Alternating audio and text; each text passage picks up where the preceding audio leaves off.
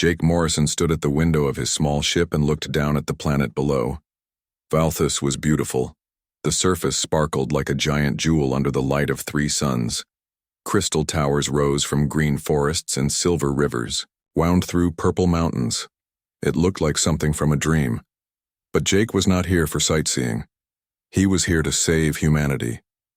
The Void Collective was coming. The machine army had already destroyed 12 star systems. They turned planets into dead rocks and killed everything that lived. Earth's military could not stop them alone. Humanity needed friends, and the Valthans were strong fighters with powerful weapons. Jake's hands shook a little as he checked his uniform one more time. He was only 32 years old, but Earth's leaders had chosen him for this mission. They said he was good at talking to aliens and making deals. Jake hoped they were right. His ship landed on a platform made of smooth blue stone. The platform was huge, big enough for 20 ships like his. Guards waited for him. They were tall and covered in scales that changed color in the sunlight. Their eyes glowed yellow, like small suns. These were Valthans. Captain Morrison said, the tallest guard. His voice was deep and rough. King Zethkar waits for you. Jake followed the guards through corridors that seemed to be carved from giant crystals. Everything glowed with soft light. The walls showed pictures that moved like videos telling stories of Valthan history. Jake saw great battles, beautiful cities, and strange creatures he had never imagined. The throne room was enormous. The ceiling was so high that Jake could barely see it. Hundreds of Valthans stood in rows on both sides of a long carpet. They all watched Jake as he walked toward the throne. King Zethkar sat on a chair made from what looked like frozen fire. He was bigger than the other Valthans, with scales that shifted from gold to red to blue. His eyes were bright green and seemed to look right through Jake. Human, the king said. His voice filled the whole room. You come asking for help? Jake stopped and bowed. Yes, Your Majesty. The Void Collective threatens us both. Earth offers friendship and alliance. Friendship. The king seemed to taste the word. What does Earth offer in return for our warriors and ships? Jake had prepared for this question. Our technology, our knowledge, our resources. Earth has new weapons and shields that might help. Against the machines. The king was quiet for a long moment. The room was so silent that Jake could hear his own heartbeat. Finally, King Zethkar stood up. There is another way to seal this alliance, the king said. A way that would bind our peoples together forever. Jake felt his stomach twist. He had heard stories about alien marriage customs. Some were very strange and dangerous. I offer you my daughter, the king continued. Princess Lyra. Marry her, and our alliance will be complete. The room erupted in whispers. Jake saw the other Valthans looking at each other with wide eyes. Some looked shocked. Others looked worried. A few seemed scared. Your Majesty said, a Valthan with silver scales near the throne. Jake thought he might be a general or advisor. Are you certain about this decision? I am certain, General Corvin, the king replied. His voice had an edge to it that made the general step back. Jake's mind raced. He had not expected this. Marriage was a big decision, and he had never even seen the princess. But if this would save humanity, I accept, Jake said. I would be honored to marry Princess Lyra. The whispers grew louder. Jake heard words he did not understand, but the tone was clear. The Valthans were upset about something. General Corvin moved closer to Jake. Human, he said quietly. You do not know what you agree to. The princess, she is not like others. What do you mean? Jake asked. She is cursed, another Valthan whispered. Beastly, dangerous. Enough. The king's voice thundered through the room. The alliance is sealed. Prepare for the wedding ceremony. As the Valthans began to leave, Jake felt a hand on his shoulder. General Corvin looked at him with something that might have been pity. You should have asked more questions, human, the general said.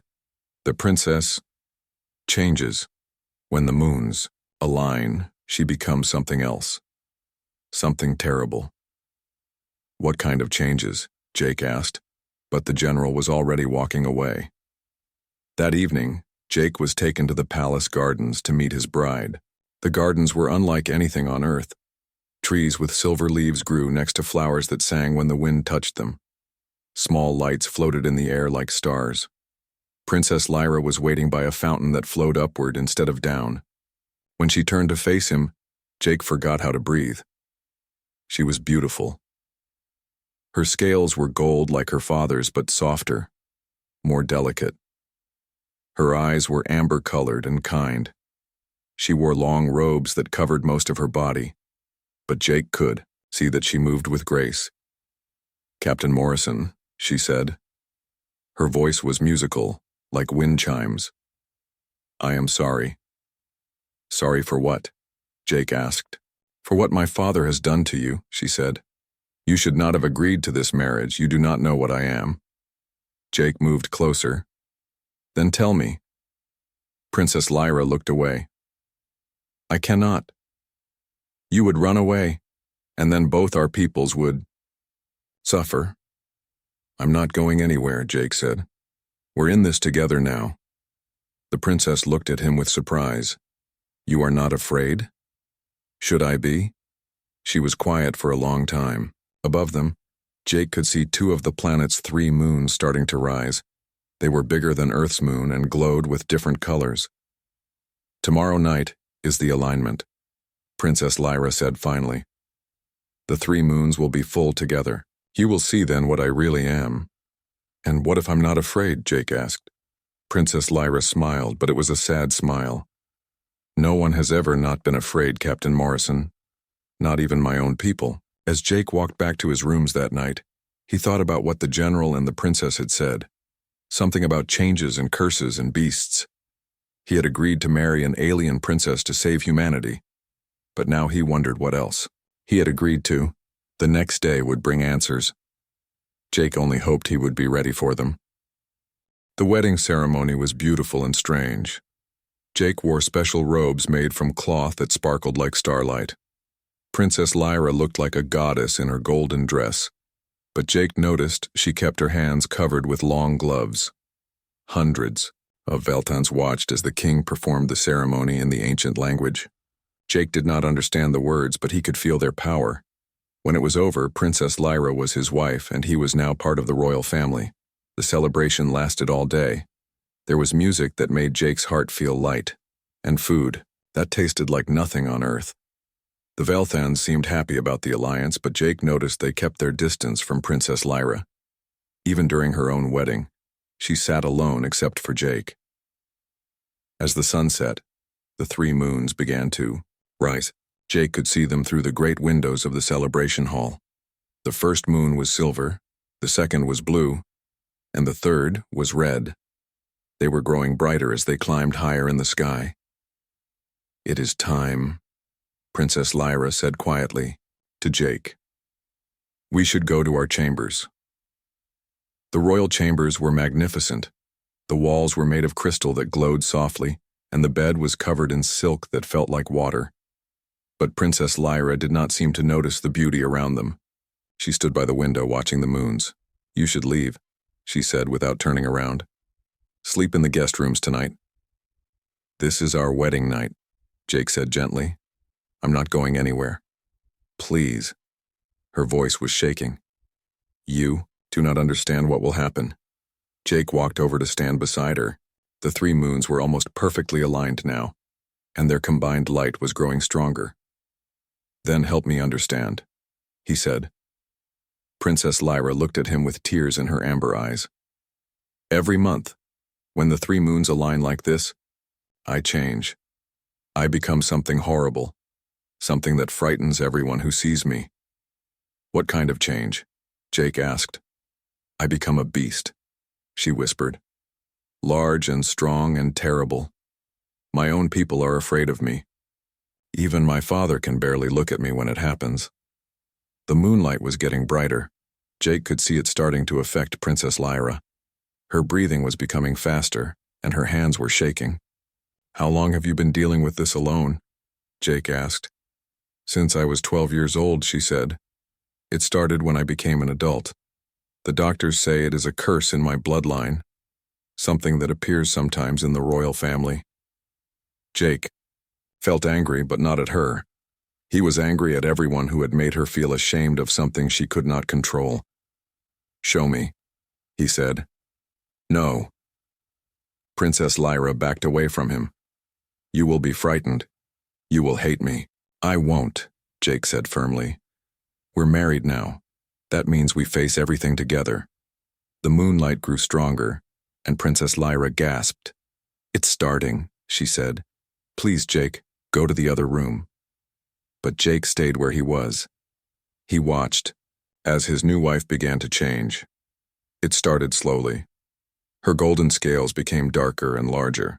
Her delicate features became stronger and more pronounced. She grew taller, her muscles becoming more powerful. Her fingernails became long and sharp, like claws. Princess Lyra tried to hide behind her hands, but the change continued. Within 10 minutes, she had become something very different. She was now 8 feet tall with thick, dark scales. Her eyes glowed brighter, and her teeth were sharp. She looked like she could tear apart a metal door with her bare hands. Now you, see? She said, and her voice was deeper and rougher than before. I am a monster. Jake stared at her, but not with fear. He was amazed. You're incredible, he said. Princess Lyra blinked in surprise. What? This is amazing, Jake said, walking closer to her. Your body can completely change its structure. Do you know how impossible that should be? You are not afraid? She asked, confused. Afraid? No way, I'm fascinated. Jake began walking around her, studying her transformation like a scientist. How does your bone structure change so quickly? What happens to your organs? This is the most amazing thing I've ever seen. Princess Lyra had never had anyone react this way before. Everyone else had always run away or looked at her with disgust.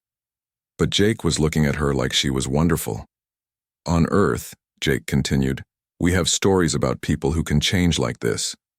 We call them shapeshifters or werewolves. But those are just stories, you're real. But I am ugly now, Princess Lyra said, still not believing his reaction. You're not ugly, Jake said firmly. You're different, but you're still beautiful, just in a different way. He reached out slowly and touched her hand. Her new claws were sharp, but she was very careful not to hurt him. How do you feel when you change? Jake asked. Stronger, she admitted. I can hear sounds from far away. I can smell things I never notice normally. My muscles feel powerful. That sounds like enhanced senses and physical abilities, Jake said. Do you know if this serves any purpose? Like, does it help you in dangerous situations? Princess Lyra thought about this. When I was younger, there was an accident in the palace. A fire started in the kitchens and spread quickly. I was changed that night, and I was able to carry 10 people to safety. People who would have been too heavy for me normally. So the change makes you stronger and gives you better senses, Jake said. That doesn't sound like a curse, that sounds like a gift. A gift? Princess Lyra had never thought of it that way. Where I come from, we believe that evolution gives living things advantages to help them survive, Jake explained.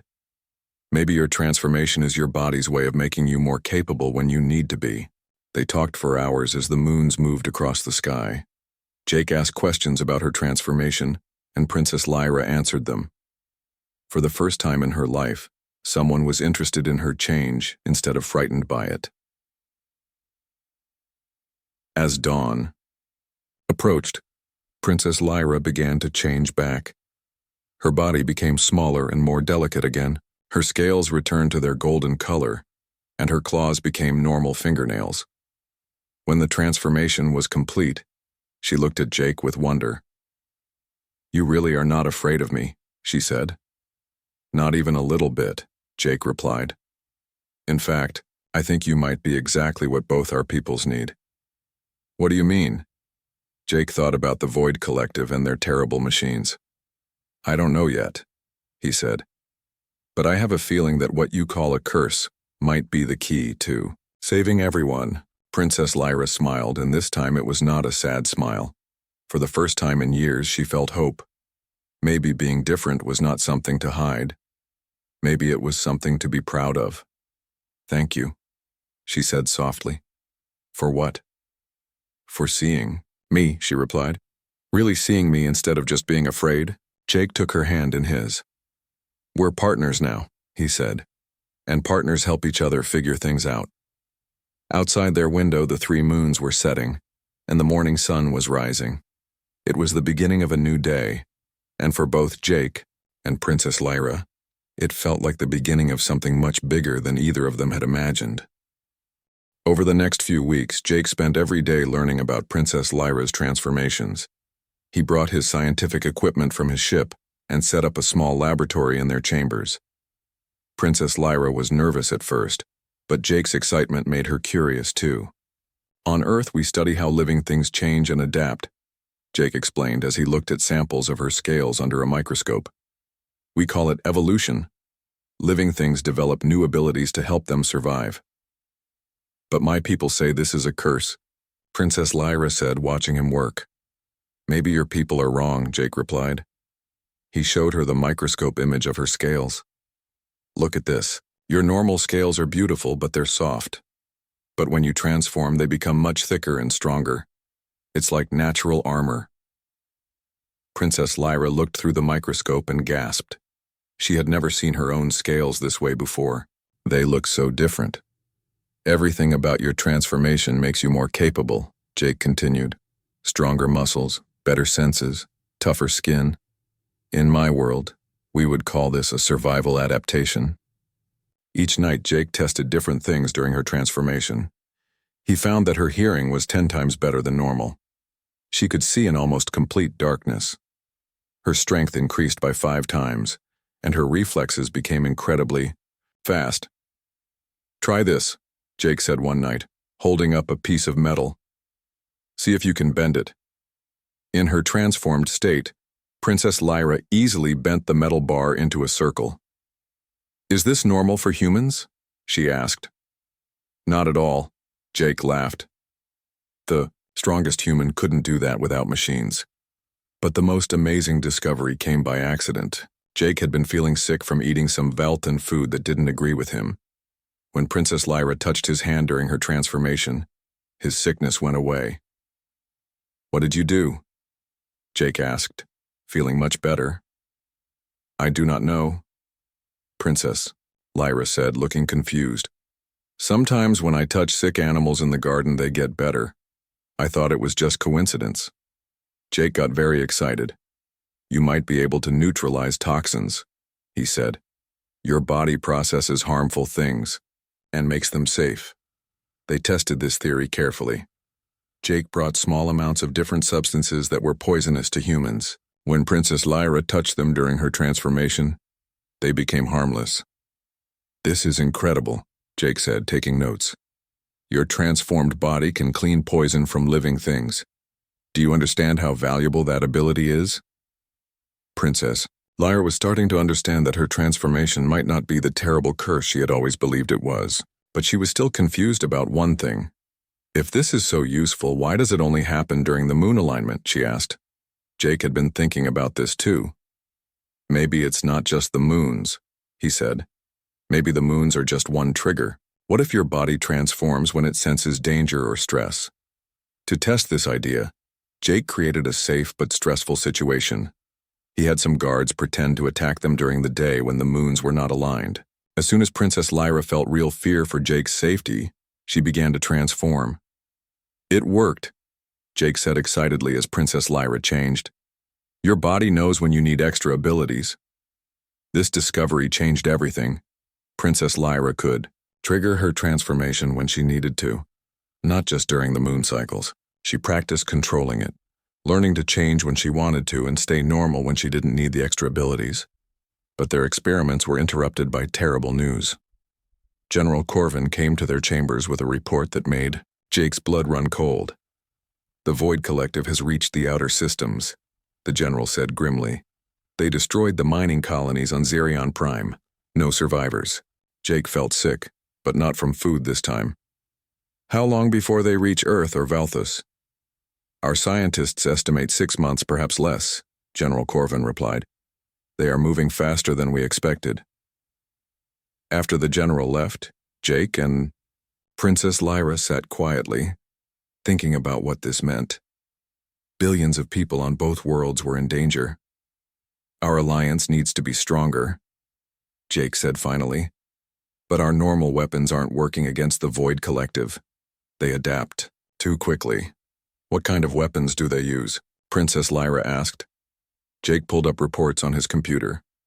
They use biomechanical viruses, tiny machines that get into living bodies and take control of the brain. They also release toxins that kill organic life while leaving their machines undamaged. Princess Lyra studied the reports carefully. Something about the biomechanical viruses reminded her of the toxins she could neutralize during her transformation.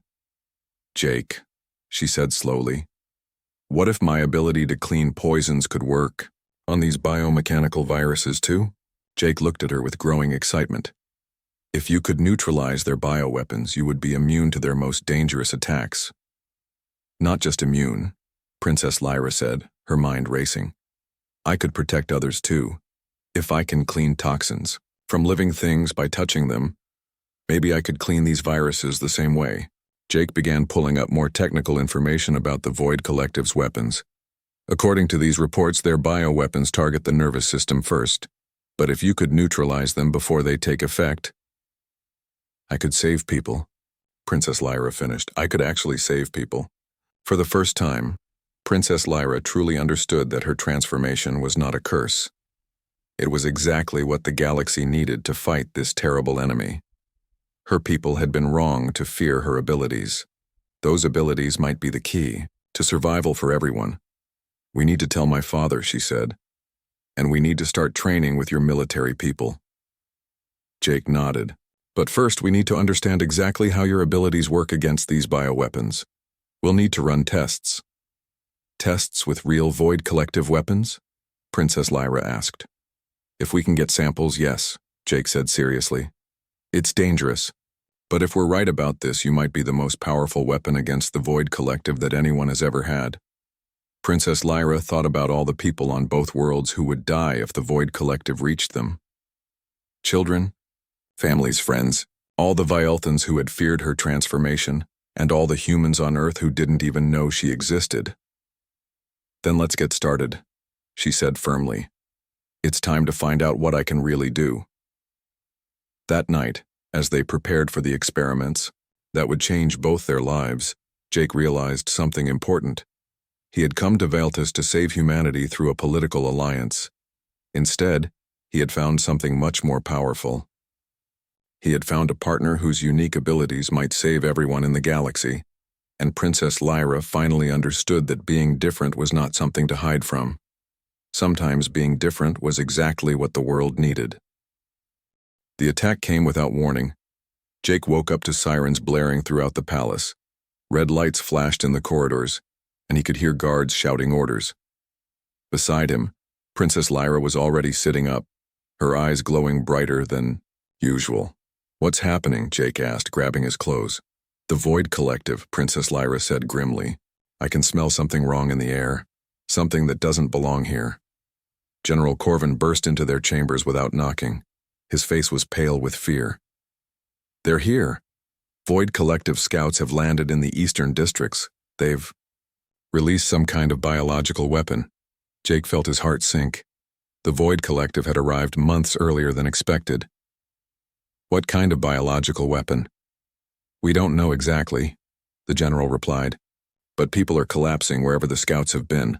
Their minds seem to be taken over. Jake and Princess Lyra looked at each other. This was exactly what they had been preparing for, but they had hoped to have more time to test her abilities. Need to get to the infected areas, Princess Lyra said, already beginning her transformation even though the moons were not aligned. Her body was responding to the danger automatically. Absolutely not, General Corvin said firmly. It's too dangerous. We don't know what these bioweapons will do to you. That's exactly why she needs to go, Jake said. Her transformation might be the only thing that can stop this. As Princess Lyra completed her change, becoming 8 feet tall and powerful, General Corvin stepped back nervously. Even though he had known her all her life, He was still uncomfortable seeing her in her transformed state. "Trust us," Jake said to the general. "We've been studying this. Princess Lyra's abilities might be exactly what we need." The three of them rushed through the palace corridors toward the infected areas. As they got closer, Jake began to smell something strange and metallic in the air. It made his head feel fuzzy and his thoughts slow down. "The bioweapon," Princess Lyra said, her enhanced senses picking up much more than Jake could detect. "It's like a virus, but also like tiny machines. I can smell the metal and the organic parts mixed together." When they reached the Eastern District, the scene was horrifying. Hundreds of Velthons were standing perfectly still, their eyes glowing with an unnatural blue light. They moved in perfect coordination, like they were all controlled by the same mind. "The virus has taken control of their nervous systems," Jake said, recognizing the symptoms from the reports he had studied. "The Void Collective is using them as remote-controlled soldiers." 3 Void Collective scouts stood in the center of the district. They looked like metal skeletons covered in black cables and glowing circuits. From their hands, they sprayed more of the biomechanical virus into the air. "More people are getting infected every minute," General Corvin said. "Our weapons can destroy the scouts, but that won't help the people who are already infected." "I can help them," Princess Lyra said confidently, "but I need to get close to them." She charged toward the infected Velthons before anyone could stop her. The controlled people turned toward her, moving to attack, but Princess Lyra was much faster and stronger in her transformed state. She reached the first group of infected people and placed her hands on them. Jake watched anxiously as Princess Lyra concentrated. He could see her body working to process the biomechanical virus, the same way she had neutralized other toxins in their experiments. Suddenly, the blue glow faded from the infected Velthon's eyes. They blinked in confusion and looked around like they were waking up from a dream. "It worked," Jake shouted. "She's cleaning the virus from their systems." Princess Lyra moved quickly from person to person, touching each infected Velthon. Everywhere she went, people returned to normal. The biomechanical virus was no match for her body's natural ability to neutralize harmful substances. But the Void Collective scouts noticed what she was doing. They turned their weapons toward her and began firing energy blasts. Princess Lyra's thick scales protected her from most of the damage, and her speed let her dodge the attack she couldn't absorb. "Cover her!" General Corvin shouted to his guards. They began attacking the scouts with their energy weapons. Jake had an idea. "Princess Lyra," he called out, "can you absorb the bioweapon directly from the scouts?" Princess Lyra looked at the metal enemies who were still spraying virus into the air. "I can try." She leaped toward the nearest scout, moving faster than Jake had ever seen her move. Before the machine could react, she grabbed it with her powerful hands. The scout tried to spray bioweapon directly onto her, but instead of being infected, Princess Lyra absorbed the virus into her own system and neutralized it. The scout's bioweapon supply ran out within seconds. Without its most dangerous weapon, it was just a metal skeleton that the Velthon guards could easily destroy. Princess Lyra moved to the second scout, then the third. Each time, she drained their bioweapons and left them helpless against the conventional weapons of the guards. Within an hour, the attack was over. All the infected people had been cured, and the scouts were destroyed. The Eastern District was safe. "Incredible," General Corvin said, staring at Princess Lyra as she changed back to her normal form. "I have never seen anything like that." "The bioweapon couldn't affect her at all," Jake said excitedly. "Not only is she immune, but she can actually drain the weapons from the enemy and cure people who have already been infected." Word of Princess Lyra's abilities spread quickly through the palace, and then throughout the planet. For the first time, the Velthons had hope that they could fight back against the Void Collective. King Zethkar summoned Jake and Princess Lyra to the throne room. When they arrived, the king looked at his daughter with an expression Jake had never seen before. It was pride. "My daughter," the king said formally, "I owe you an apology. For years, I thought your transformation was a burden on our family. Today you proved that it is our greatest strength." Princess Lyra smiled, but she also looked sad. All those years I spent hiding, ashamed of what I was. All those years when I could have been helping people instead. The important thing is what happens now, Jake said. We know Princess Lyra can fight the Void Collective's bioweapons, but they'll send more scouts and eventually, they'll send their main forces. Then we must prepare, the king declared. Princess Lyra will train with our military. We will develop new strategies that use her unique abilities. Over the following weeks, Princess Lyra worked with both Veilthon and human military officers. They developed new battle plans that put her transformed abilities at the center of their defense strategy. Jake coordinated the tactical planning while Princess Lyra led training exercises. She learned to work with teams of soldiers, protecting them from bioweapons while they handled conventional combat. The other Veilthons who had once feared her transformation now saw her as their greatest defender. Children who had been taught to be afraid of the cursed princess now cheered when they saw her practicing in the training grounds.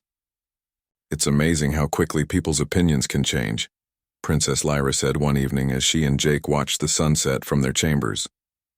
They're seeing you the way I always have, Jake replied, as someone extraordinary. But even as they celebrated their success, Jake knew this was only the beginning.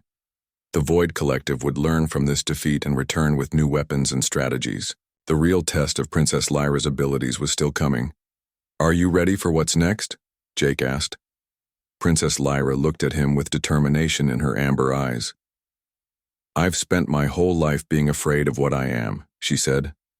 Now I know what I am, exactly what the galaxy needs to survive. So yes, I'm ready. Jake smiled and took her hand. Together they would face whatever the Void Collective could throw at them. The beast's true power had been revealed, and it was more than anyone had ever imagined. The final battle began 3 months later. Jake stood on the bridge of the combined human Veilthon fleet, watching the massive enemy construct approach through space. The thing was enormous, bigger than a city, made of twisted metal and organic, parts that pulsed like a living heart. It was heading straight for the space between Earth and Valtus, planning to drain the life from both planets at the same time. All ships report ready, announced Admiral Chen, the human fleet commander. But our weapons are barely scratching that thing. It's adapting to everything we throw at it, added Commander Vale from the Veilthon flagship. Every time we hit it with a new weapon, it changes its armor to resist that type of attack. Jake studied the readings from their sensors. The construct was releasing clouds of biomechanical virus into space, creating a dead zone that killed any organic life that came too close. Conventional ships couldn't get near it. Princess Lyra, Jake said into his communicator. Are you ready? Ready, came her voice from the special assault ship they had built for her. I can see the bioweapon clouds from here. My body is already starting to respond to them. Princess Lyra was in her fully transformed state, wearing armor designed specifically for her enhanced form. She commanded a team of volunteers, both human and Veilthon, who were willing to risk everything for this desperate mission. Remember the plan, Jake told her. Get to the core of that thing and plant the electromagnetic pulse charges. Your immunity to bioweapons is the only reason this mission is possible.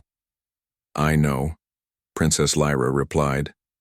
Jake, if something goes wrong, nothing will go wrong, Jake said firmly. We've prepared for this. You can do this. Princess Lyra's assault ship launched from the main fleet and headed directly toward the construct. As soon as she entered the bioweapon cloud, her ship's instruments showed massive contamination that would have killed any normal crew within seconds. But Princess Lyra and her team, protected by her ability to neutralize bioweapons, flew safely through the deadly zone. Bioweapon levels are off the charts, reported Lieutenant Ross, Princess Lyra's human engineer. But I feel fine. Whatever you're doing, it's working. My body is processing the toxins and making them harmless, Princess Lyra explained. Stay close to me, and you'll be protected. They landed on the construct's surface, which felt like walking on something that was half machine and half living tissue. The surface pulsed under their feet, and biomechanical viruses tried to seep through their suits, but Princess Lyra's presence neutralized them before they could cause harm. The core should be about 2 miles into the center. Jake's voice crackled through their communicators. You'll need to find an entrance. Princess Lyra used her enhanced strength to tear open what looked like a maintenance hatch. Inside, the construct was like a nightmare version of a living body. Cables that looked like veins carried glowing fluid, and walls that seemed like skin contracted and expanded like breathing. This thing is more alive than we thought, Princess Lyra said as her team followed her deeper into the construct. It's not just using bioweapons, it is a bioweapon. They fought their way through defense systems that fired both energy blasts and biomechanical viruses. Princess Lyra's team handled the energy weapons while she absorbed and neutralized every bioweapon attack. Her body was working overtime, processing massive amounts of toxins, but she felt stronger than ever. There, Lieutenant Ross pointed ahead. That must be the core. The core chamber was vast, filled with a giant brain-like structure that pulsed, with electricity and organic fluid. Cables connected it to thousands of smaller brains, all working together to control the construct. It's like a collective consciousness, Princess Lyra realized. All these brains are connected, thinking as one. But as they approached the core, Princess Lyra felt something strange. Her enhanced senses were picking up something that didn't make sense. Jake, she said into her communicator. This construct, it's trying to do what I do. What do you mean? Jake's voice came back. It's trying to process both organic and mechanical systems in the same body, Princess Lyra explained. But it's doing it wrong. It's forcing the combination instead of letting it happen naturally. She moved closer to the core and placed her hand on its surface. Immediately, she could feel the construct's confusion and pain. It was trying to be like her, but it didn't understand how. The Void Collective has been studying beings like me, Princess Lyra realized. They've been trying to create artificial versions of my abilities, but they can't get it right. Can you stop it? Jake asked. Princess Lyra looked at the electromagnetic pulse charges her team was carrying. They would destroy the construct, but they would also destroy all the knowledge it contained about biomechanical integration. Instead, she had a different idea. I'm going to try something else, she told her team. Stand back. Princess Lyra placed both hands on the core and opened her mind to it. Instead of fighting the construct, she began to teach it. She showed it how organic and mechanical systems could work together in harmony instead of conflict. The effect was immediate. The construct stopped its aggressive expansion and began to change. The forced combination of organic and mechanical parts became more natural and balanced. The thousands of connected brains stopped fighting each other and began working in true cooperation. Princess Lyra, what are you doing? Jake's voice was worried. Your vital signs are going crazy. I'm teaching it how to live properly, Princess Lyra replied. The Void Collective was trying to create beings like me, but they were doing it through force and pain. I'm showing them a better way. The construct began to transform. Instead of a weapon designed to consume life, it became something new. The biomechanical virus systems changed into healing technology. The life-draining capabilities became life-supporting ones. When Princess Lyra finally stepped back from the core, the construct had become something completely different. It was still massive and powerful, but now it radiated peace instead of destruction. This is incredible, Admiral Chen's voice came through the communicator. The construct has stopped all aggressive actions. It's actually broadcasting healing energy toward both planets. The Void Collective spent so long trying to artificially create what Princess Lyra naturally is, Jake said with wonder in his voice. She just taught them how to do it right. The transformation spread throughout the Void Collective's forces. Ships that had been weapons of destruction became tools for healing and growth. The machine intelligence that had consumed star systems began working to restore the worlds it had damaged. When Princess Lyra and her team returned to the fleet, she was exhausted, but triumphant. She had not just defeated the enemy, she had transformed them into allies. How did you know that would work? Jake asked as he held her in the medical bay. I could feel their pain, Princess Lyra said weakly. They weren't evil. They were just confused and hurting. They were trying to evolve but didn't know how. In the months that followed, The transformed Void Collective worked with humans and Veltans to repair the damage from their previous attacks. The biomechanical healing technology they developed revolutionized medicine for both species. Princess Lyra became the first ambassador to the new Void Collective, teaching them about natural evolution and biological harmony. Her transformation, abilities once seen as a curse, were now celebrated throughout the galaxy as the key to peace. Jake and Princess Lyra had children who inherited traits from both species, enhanced by her unique genetics. These children could thrive in environments that would challenge either parent species alone, representing the next step in galactic evolution. "Do you ever miss the time when it was just us figuring this out together?" Jake asked one evening, as they watched their children playing in the palace gardens. Their son could partially transform like his mother, while their daughter had inherited enhanced healing abilities. "Sometimes," Princess Lyra admitted, "but look what we've built together. 3 species working as one, children who are stronger than any of us alone, and peace throughout this part of the galaxy." "The beast's daughter," Jake said with a smile, "who taught everyone how to be better than they were." Princess Lyra laughed. "I was never a beast," she said. "I was just ahead of my time." As the 3 moons of Valthus rose in the evening sky, Princess Lyra felt her transformation beginning again. But now, instead of hiding from it, she embraced it. Her children cheered as she changed, and Jake watched with the same wonder he had felt on their wedding night. What had once been seen as a curse had become the foundation for a new kind of civilization. The princess, who was called Beastly, had shown 3 species how to evolve together, creating something stronger and more beautiful than any of them could have achieved alone. The transformation was complete, and it was just the beginning.